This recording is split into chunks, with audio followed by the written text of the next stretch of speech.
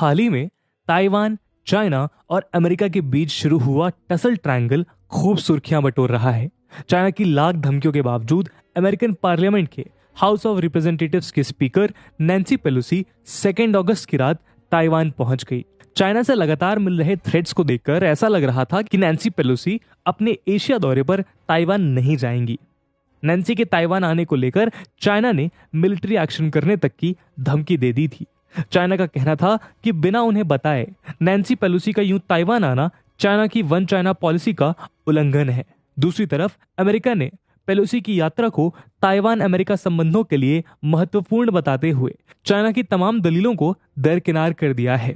ऐसी सिचुएशन में Indo Pacific region में शुरू हुए इस कॉन्फ्लिक्ट में हमारे देश भारत का भी प्रत्यक्ष या अप्रत्यक्ष रूप से शामिल होना लगभग तय है। भारत और चाइना के बीच एशियन सुपर पावर बनने की रेस, क्रॉस बॉर्डर डिस्प्यूट और weak diplomatic and geopolitical relations को देखते हुए इस बात का अंदेशा लगाना मुश्किल नहीं है कि शायद हमें कभी भी सिनो इंडिया वॉर 2.0 देखने को मिल सकता है।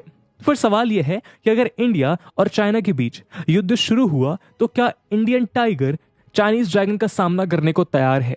अगर जंग के हालात पैदा हुए तो क्या हिंदुस्तान चाइना के हर वार का मुंहतोड़ जवाब दे सकेगा?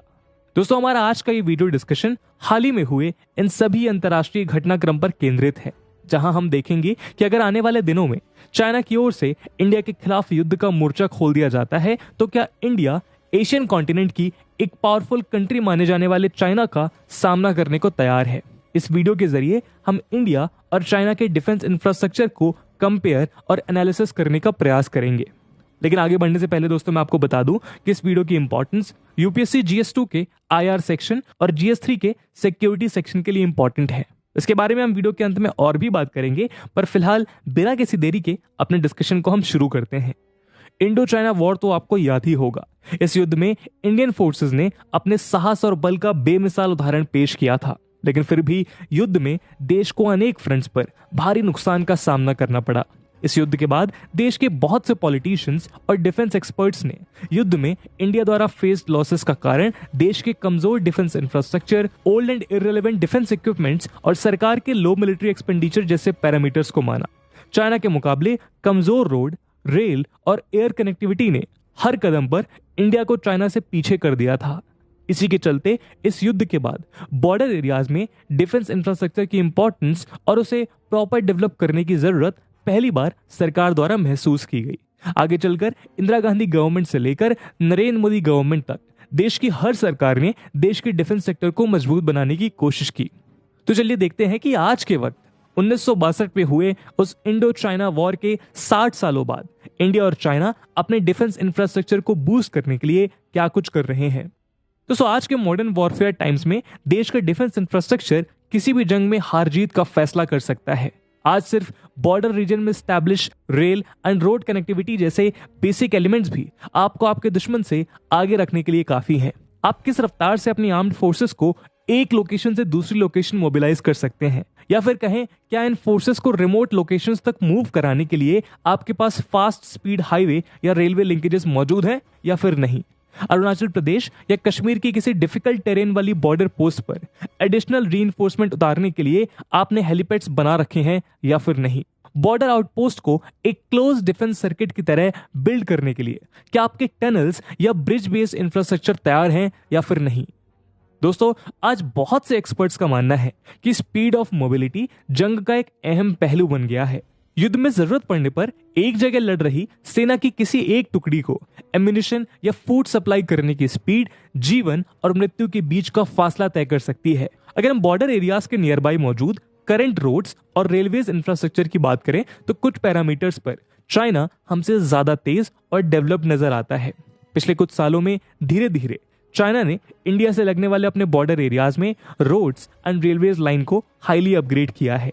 एक रिपोर्ट के मुताबिक सिर्फ पिछले कुछ सालों में चाइना ने इंडियन बॉर्डर्स के इन एंड अराउंड 3000 किलोमीटर से भी लंबे रोड नेटवर्क को डेवलप किया है। आज चाइना के पास किसी भी वक्त अपनी फोर्सेस को बॉर्डर एरियाज में डिप्लॉय करने के लिए प्रॉपर हाई स्पीड हाईवे और रोड कॉरिडोर्स मौजूद हैं। चाइना का दावा है कि जरूरत पड़ने पर सिर्फ 2 घंटों में उनकी फौजें इंडिया से लगने वाले किसी भी बॉर्डर एरिया में डिप्लॉय की जा सकती हैं। इन एरियाज में मेगा हाईवेज बनाने के साथ साथ चाइना ने अरुणाचल प्रदेश के आसपास के बॉर्डर वाले इलाकों में स्मॉल विलेजेस को भी डेवलप करने का काम शुरू किया है, जिससे वॉर टाइम्स में इन विलेजेस को मिलिट्री बेस की तरह इस्तेमाल किया जा सके। साथ ही उन्होंने इन विलेजेस को आने वाले समय में रोड्स के जरिए हाईवे से कनेक्ट करने का भी प्लान बनाया है, ताकि इन विलेजेस की ओवरऑल स्ट्रेटेजिक इंपॉर्टेंस को इनहैंस किया जा सके। साल 2017 में डोकलाम रीजन में चाइना द्वारा डेवलप किए जा रहे रोड नेटवर्क की वजह से ही दोनों देश आमने सामने आ गए थे। सिमिलरली जून 2022 में दोनों देशों के बीच माहौल और गर्म हो गया जब चाइना ने डिस्प्यूटेड अक्साई चिन रीजन में G695 हाईवे का काम शुरू किया। जिसके बाद बॉर्डर एरियाज में चाइना की ओर से लगातार किए जा रहे रोड डेवलपमेंट को देखते हुए गवर्नमेंट ऑफ इंडिया ने भी चाइना के साथ लगने वाले बॉर्डर रीजन में रोड कनेक्टिविटी को दुरुस्त करने का फैसला लिया। दोस्तों, अगर हम पिछले कुछ सालों में हमारी सरकार के इस दिशा में उठाए गए कदमों की बात करें तो सबसे पहले गवर्नमेंट ने 44 ऐसे रोड्स को रिवाइव करने का फैसला किया जो चाइनीज बॉर्डर एरियाज में लाइफलाइन की तरह माने जाते हैं। ये सड़कें जम्मू से लेकर अरुणाचल प्रदेश के बीच से गुजरती हैं। इनमें से कुछ सड़कें चिकन नेक कहे जाने वाले सिलीगुड़ी कॉरिडोर के आसपास के इलाकों से भी निकलेंगी। इसीलिए सरकार ने 21,000 करोड़ का बजट एलोकेट किया था। इसी दौरान 2017 में उमलिंगला पास के करीब बनी चिसुम डेमचोक रोड को Guinness book of world records में दुनिया की सबसे हाईएस्ट मोटरेबल रोड बनाने का गौरव भी हासिल हुआ है। रिसेंटली अप्रैल 2022 में minister of state for defence Ajay Bhatt द्वारा रखी गई एक रिपोर्ट के मुताबिक पिछले 5 सालों में सरकार ने बॉर्डर एरियाज में इंफ्रास्ट्रक्चर डेवलपमेंट के लिए 20,767 करोड़ रुपीस खर्च किए हैं, जिसके जरिए पाकिस्तान, बांग्लादेश, नेपाल और चाइना के बॉर्डर एरियाज में 3,595 किलोमीटर रोड का डेवलपमेंट BRO यानी बॉर्डर रोड ऑर्गेनाइजेशन द्वारा किया गया है। इन 20,767 करोड़ रुपीस में से 15,000 करोड़ रुपीस चाइना के नियर बाय लगने वाली बॉर्डर्स के इंफ्रास्ट्रक्चर डेवलपमेंट के लिए दिए गए हैं, जिसके जरिए इन एरियाज में 2,088 किलोमीटर रोड्स को डेवलप किया जा सके। रिसेंटली LAC के करीब चाइनीज एक्टिविटीज को देखते हुए इंडिया ने दारबुक श्योक दौलत बेग ओल्डी रोड का भी काम शुरू किया था, जिससे कॉन्फ्लिक्ट प्रोन एरियाज में किसी भी प्रकार की मदद जल्द से जल्द पहुंचाई जा सके।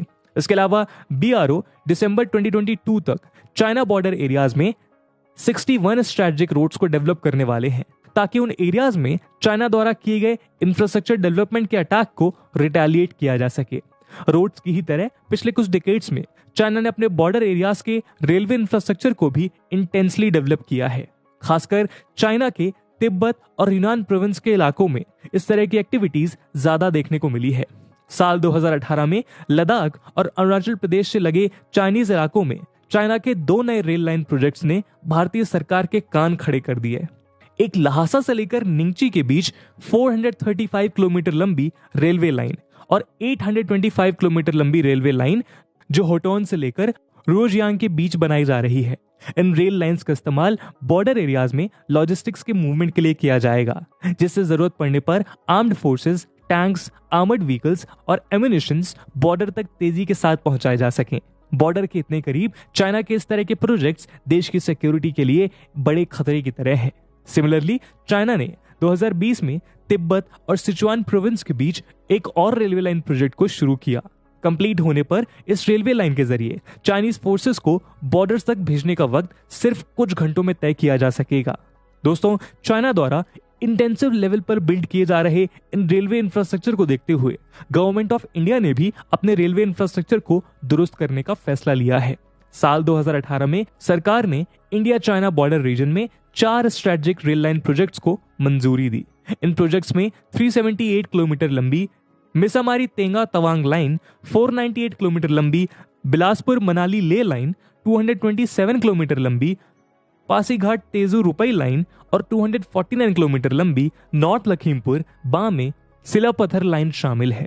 जब ये सारे प्रोजेक्ट्स कंप्लीट हो जाएंगे तो चाइना की तरह इंडिया भी दुगनी रफ्तार से अपनी फोर्सेस को अरुणाचल प्रदेश और सिक्किम जैसे बॉर्डर एरियाज में मोबिलाइज कर पाएगा। सिमिलरली हमारी सरकार ने 378 kilometre long Bhalukpong Tenga Tawang rail line और 248 किलोमीटर लॉन्ग नॉर्थ लखीमपुर बामे आलो सिलापत्थर रेल रूट्स जैसे बहुत से दूसरे प्रोजेक्ट्स भी इन बॉर्डर एरियाज में शुरू किए हैं। रोड्स और रेलवे लाइंस की ही तरह टनल्स और ब्रिजेस का डेवलपमेंट भी हमारी सरकार के लिए एक मेजर फोकस का एरिया रहा है। दिसंबर 2021 में पब्लिश हुई एक गवर्नमेंट रिपोर्ट के अकॉर्डिंग लास्ट कुछ ईयर्स में बीआरओ ने जम्मू कश्मीर, हिमाचल प्रदेश, सिक्किम, अरुणाचल प्रदेश और वेस्ट बंगाल के कुछ एरियाज में 24 नए ब्रिजेस को डेवलप किया है। वैसे तो रोड्स, रेल लाइन, टनल्स और ब्रिज रिलेटेड इंफ्रास्ट्रक्चर को इन एरियाज में डेवलप करना बेहद आवश्यक था, लेकिन इन एरियाज की डिफिकल्ट टोपोग्राफी को देखते हुए प्रॉपर एयर डिफेंस इंफ्रास्ट्रक्चर का कंस्ट्रक्शन चाइना के खिलाफ जंग में हमारे लिए गेम चेंजर साबित हो सकता है। इस बात को देखते हुए हमारी सरकार ने इन एरियाज में हेलीपैड्स, एयरपोर्ट्स और लैंडिंग स्ट्रिप्स के कंस्ट्रक्शन को बूस्ट किया है।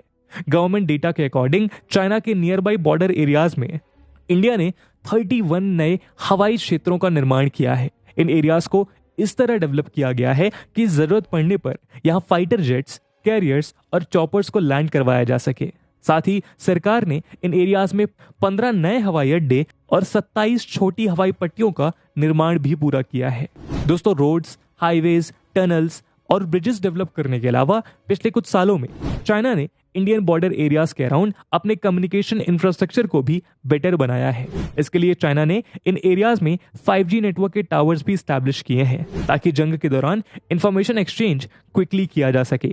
चाइना के इन इमेंस एक्शंस को देखते हुए हमारी सरकार भी इस विषय में बेहतर प्रयास करने की कोशिश कर रही है। बॉर्डर एरियाज में चाइना के 5G प्लान को देखते हुए जुलाई 2022 में इंडिया ने भी 18,000 फीट से ऊपर के LAC बॉर्डर एरियाज में 4G और 5G इंफ्रास्ट्रक्चर इंस्टॉल करना शुरू कर दिया है और इस प्रोजेक्ट का 2023 तक कंप्लीट होने की संभावना है।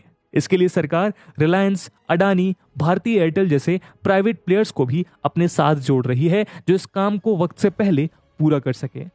जल्द ही रिलायंस लद्दाख रीजन में चाइना इंडिया बॉर्डर रीजन में मौजूद पैंगोंग लेक के स्पांगमक विलेज में अपना पहला 4G टावर लगाने वाला है।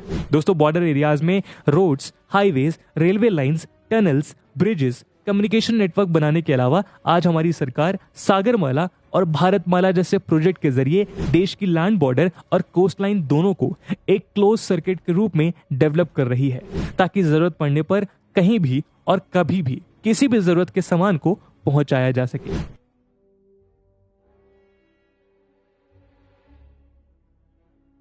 दोस्तों, आज भले ही क्रिटिक्स द्वारा हमारे देश को कुछ पैरामीटर्स पर चाइना के बराबर दिखाया नहीं जा रहा हो, लेकिन हमारी सरकार और हमारी एजेंसियां निरंतर देश के डिफेंस सेक्टर को और भी ज्यादा मजबूत करने का प्रयास कर रही है। आज हमारी सरकार डिफेंस सेक्टर में FDI नॉर्म्स को लिबरल बनाने से लेकर इंडिजिनस टेक्नोलॉजीज को फंड करने और बाहर से लेटेस्ट टेक्नोलॉजीज भी एक्वायर करने का काम कर रही है ताकि अगर आने वाले समय में अगर चाइना की बंदूकों ने अपना मुंह खोला तो इंडिया उसका जवाब डट कर दे सके। लेकिन दोस्तों, ऐसा कहा जाता है कि जब दो एक जैसी तीव्रता वाले बल आपस में टकराते हैं तो नुकसान दोनों तरफ का होता है।